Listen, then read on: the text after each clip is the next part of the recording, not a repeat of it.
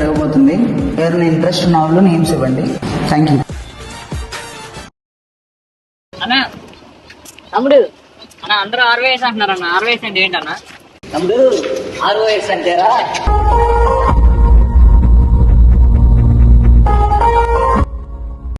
ఎంతేనా అన్న ఆర్వైఎస్? ఏంట్రా తమ్ముడు అంత మాట అన్నా?